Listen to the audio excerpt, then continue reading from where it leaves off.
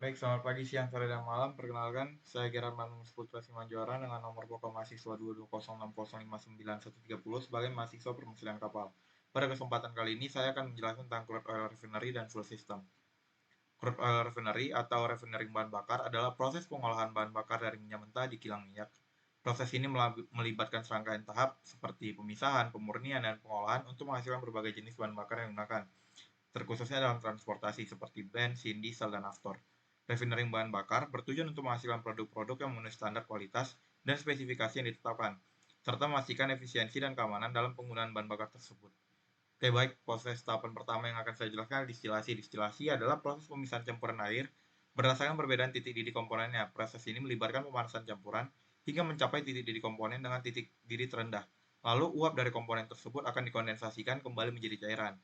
Lalu pada berikutnya uap yang terbentuk diuapkan kembali untuk memisahkan komponen berikutnya.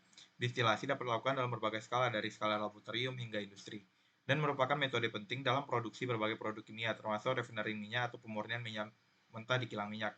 Untuk destilasi bertingkat minyak bumi sudah saya jabarkan untuk ini ya gambarnya. Baik, selanjutnya adalah cracking.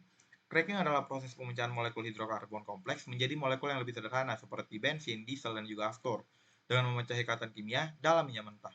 Proses ini dapat dilakukan secara termal dengan pemanasan dalam ketiadaan katalis atau secara katalitik dengan menggunakan katalis untuk mempercepat reaksi.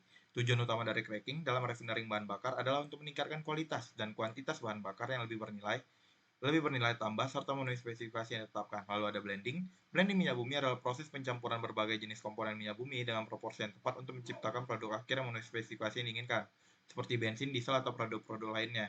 Untuk detailnya bisa dibaca lebih lanjut karena keterbatasan waktu.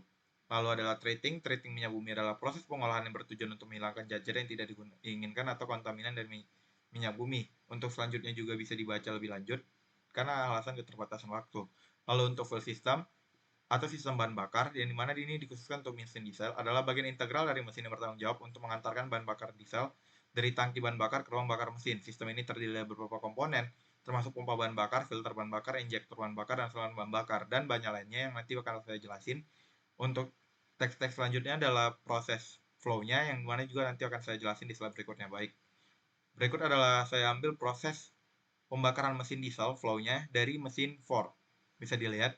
Oke, untuk tahapan dan komponen. Berikut adalah beberapa tahapan dan komponen dalam sistem bahan bakar mesin diesel. Yang pertama, tangki bahan bakar, yang mana tempat penyimpanan bahan bakar diesel sebelum diantarkan ke mesin. Lalu dari mesin akan dilanjutkan ke pompa bahan bakar, yang mana pompa bahan bakar akan bertanggung jawab atas pengiriman bahan bakar dari tangki ke mesin dengan tekanan yang sesuai. Lalu dilanjut ke filter bahan bakar, yaitu menyaring kotoran, debu, dan partikel lain dari bahan bakar sebelum mencapai mesin untuk mencegah kerusakan pada komponen mesin. Lalu ada preheater atau pemanas pendahuluan, terutama diperlukan dalam kondisi dingin untuk memastikan bahan bakar diesel tetap cair dan mengalir. Lalu akan masuk ke pompa injeksi, yang dimana gunanya dalam memompa bahan bakar ke tekanan tinggi sebelum disemprotkan ke dalam ruang bakar oleh injektor. Nah, dari injektor bahan bakar akan mengubah bahan bakar menjadi semprotan halus yang disemprotkan ke dalam ruang bakar mesin pada waktu yang tepat selama siklus pembakaran. Lalu akan ada regulator tekanan, yang mana itu berfungsi sebagai mengatur tekanan bahan bakar yang dikirimkan ke injektor sesuai dengan kebutuhan mesin. Lalu ada sensor tekanan yang memantau tekanan bahan bakar dalam sistem untuk memastikan operasi yang tepat dan aman. Lalu ada return line atau saluran kembali, mengarahkan kelebihan bahan bakar kembali ke tangki bahan bakar setelah melewati sistem injeksi untuk mencegah penumpukan tekanan berlebihan dalam sistem. Lalu ada solenoid injektor, yang mana ini mengendalikan aliran bahan bakar ke injektor sesuai dengan sinyal elektronik yang diterima dari unit kontrol mesin atau ECU untuk mengatur pembakaran. Lalu terakhir adalah unit kontrol mesin atau ECU mengontrol waktu dan jumlah bahan bakar yang disemprotkan ke dalam ruang bakar berdasarkan berbagai parameter operasional mesin.